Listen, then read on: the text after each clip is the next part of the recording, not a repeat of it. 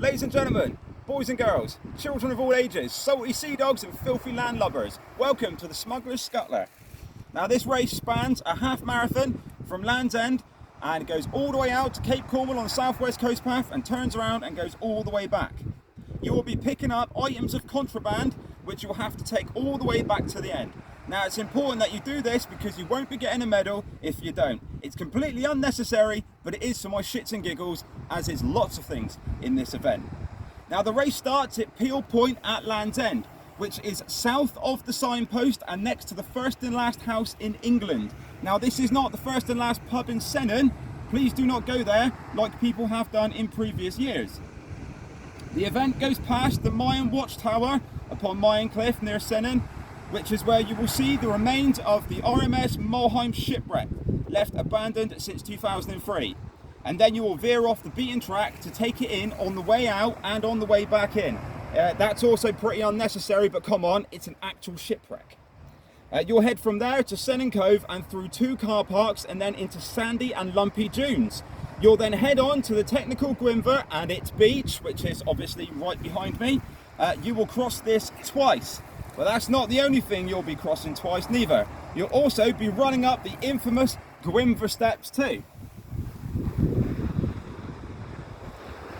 That's right, so you'll come off this beach and you will climb to the top to the aid station. Now the aid station used to be on the beach, but for logistical reasons and because I'm a complete and utter wanker, you'll now be going up to the aid station instead. You will all find that you will have 2 squares on your bib number. It is important that you get these ticked off when you get to the top. If you don't, I won't know that you've been up there and you will get disqualified. So we have eliminated the dreaded zigzag finish that seemed to confuse people in previous years, hence why we had to throw something else in like these steps. So you're also taking the path from this beach towards Air Point to my left, where you will go up and over and then begin your climb towards Nanjulian, Polpry, Letcher Mine, Porthnamfon, aka Corvallis, Ballawall Barrow, Carngloose, Priest Cove, and then up to the top of Cape Cornwall the hard way, and then down the easy way, and then to return. Once at the top, you'll pick up your loot from Keith, who is the keeper of the Cape, and then you will descend down the easier and much faster track. Now I say faster, be careful because it's probably worse coming down than it is going up. Now there will be 6 aid stations. There will be 3 doubling up. So, that makes 6. They will be roughly 2.5 miles or 4 kilometres apart from each other. They will be located at Gwynfor Beach Car Park, just up here. Not like in previous years, used to be on the beach, as aforementioned. Porthnamfon, Cot Valley parking area, and Cape Cornwall just before and after the climb at the bottom. Now the route will be marked with smiley face pirate squares on the way out and back.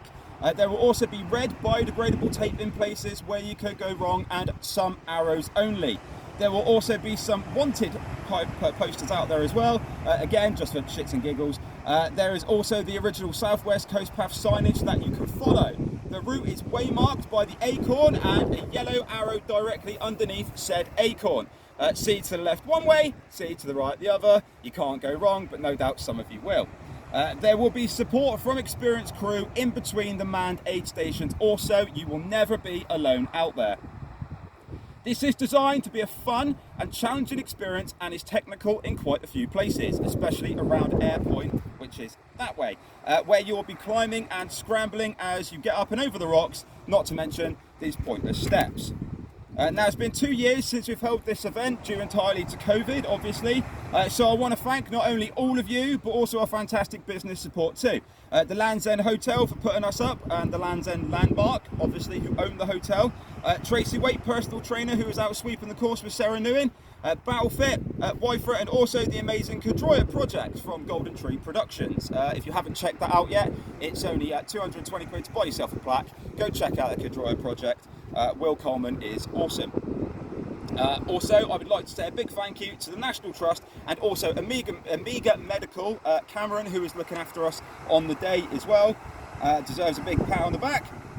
They will, like I say, also be looking after us too, and they are the best medical team on the planet. If you are a race director or want to be a race director, there's nobody else around here who I would rather hire for my event support cover.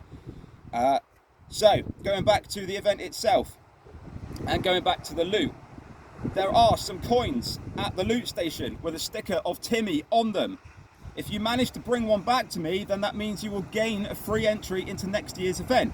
You cannot rummage through though, and you will only just be able to be given one by Keith.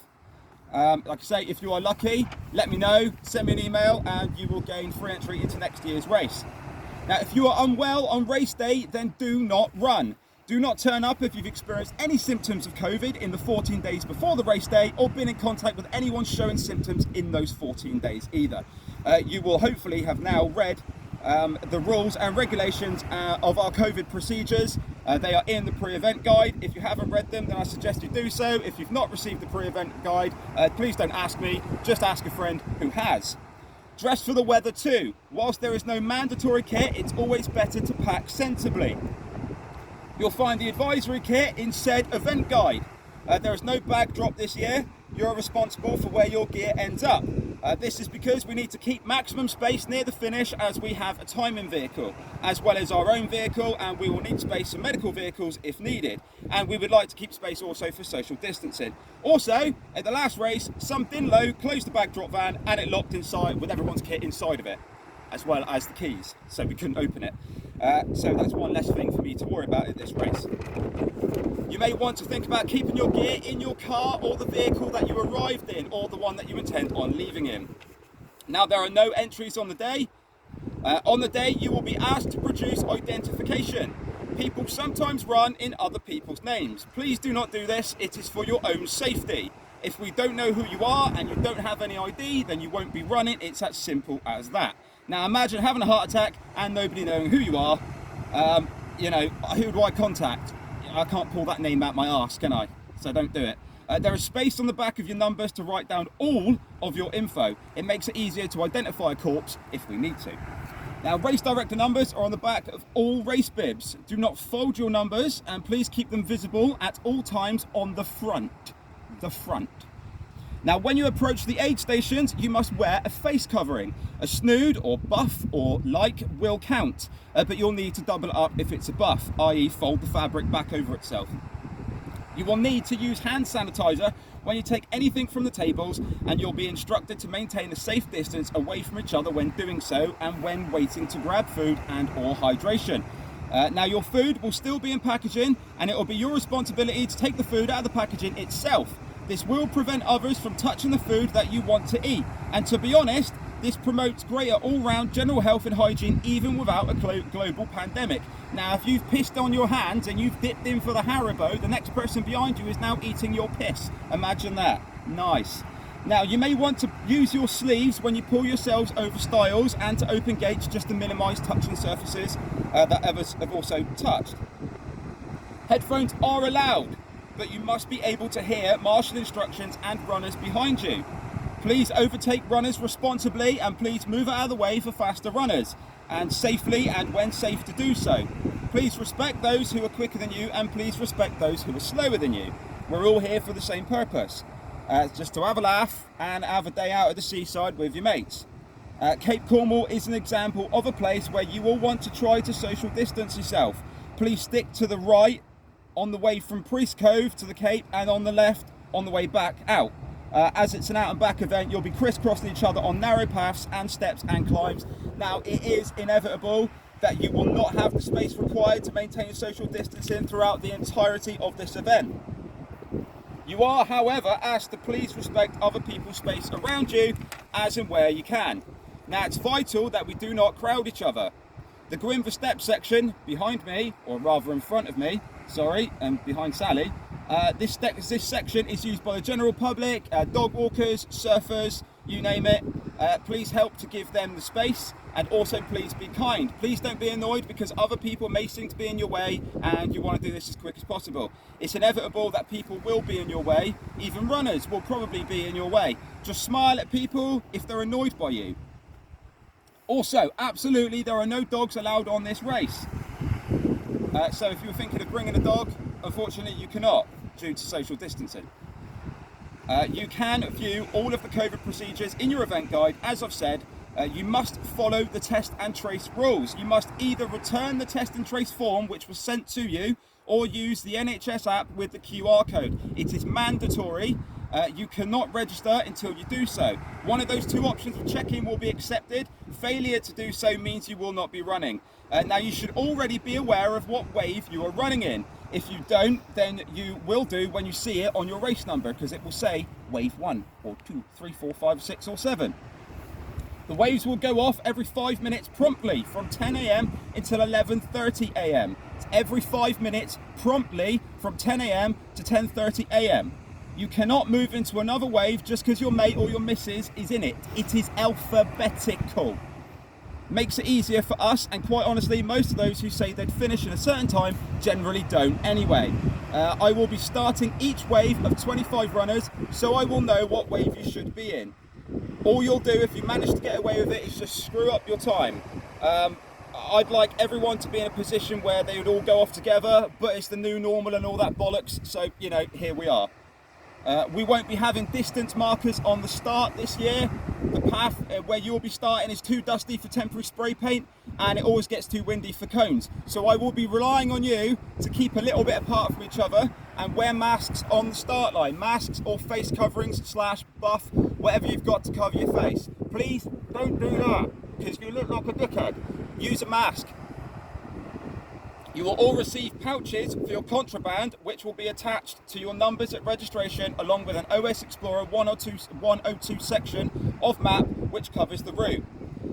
Now, there are chuffs nesting out on the course. You may see these, but please tread a little bit carefully. You'll probably hear them way before you see them. They have a certain noise unlike any other bird. They're amazing. They sound like they're really angry about you being on their land in a typically Cornish fashion. There are lots of unavoidable cows at Nan Julian and Pole Pry at the minute, so be wary and try not to spook them. They do have their young there. If you don't know where these places are, you will do when you see the cows. They may not be there on race day, but I can't guarantee it. Rules of the smuggle. You must individually bring back items of contraband from the half barrels in crates which are placed at the top of the cave. These items are being held by Captain Keefe, the keeper of the Cape, and they are rum, coins, gemstones and tea bags, because who doesn't love a good tea bag, right? Rum and tea bags are among the most smuggled contraband in the history of this coastline. Now you will pick up 1 times 50ml bottle of rum, which was bottled and labelled by myself, 2 coins, 2 gemstones and a tea bag. Please keep your bottle separate. Do not fall over onto the bottle. No contraband, no memento. Remember that. Drinking the rum during the race will also result in disqualification, so save it for post-race. You're responsible for taking the items and placing them in the pouch provided and safely getting it back to the end of the land. There are prizes for first, second and third male and female. There's also a prize for best fancy dress, which I will choose at the start, because obviously there's not going to be a presentation at the end. As you finish and you're first, second or third, there will be a podium there, but we'll do a little photo and then, you know, off you go. No congregating at the end. We'll have photographers at the top of the Cot Valley climb and at the top here at Gwynfor. Those are the best locations to document how best you're all going to be looking hanging out of your arse. We will also publish these on our Facebook page as and when we can, and they'll be free for everybody to use however they so wish to. There are plenty of mine shafts in which you can fall down on the route. All those that have been discovered and that are currently open en route are fenced off. They'll have a warning danger sign attached to them, so please stick to the footpath and don't go off exploring. If you get lost, don't think of it as getting lost, think of it as misadventure and value for money. It's pretty straightforward out there, but I know what it's like when your head's down and you're just trying to crack on getting a time. Sometimes you just don't look where you're going. I understand that completely. Littering will result in a disqualification. Don't do it. If you're spotted carelessly littering, then you'll be banned from entering another Bisficken event. The rule on this is pretty simple. Now, there are plenty of farms around here with cocks on, and I don't need another one to deal with. Please close all gates as you pass through them. Please try to be encouraging to all runners coming in the opposite direction also. There will be proper loos available in the hotel and on the main complex at Land's End. There will be no portable toilets. There will be tea and coffee facilities available from 8 a.m. at Land's End. And parking all day is £7. It's important that you do pay. Nobody's going to park in the hotel except for the guests of the hotel, myself and Sally, and other members of crew. Everybody else has to park in the main car park. Now we have spare snoods and beanies to purchase on the day. Event snoods are £10 and beanies are £11.50. Remember to bring the correct change if you would like one. And well, what can I say? Have an amazing next few days pre-race, and we'll see you dirty landlubbers on the 27th. Tally-ho!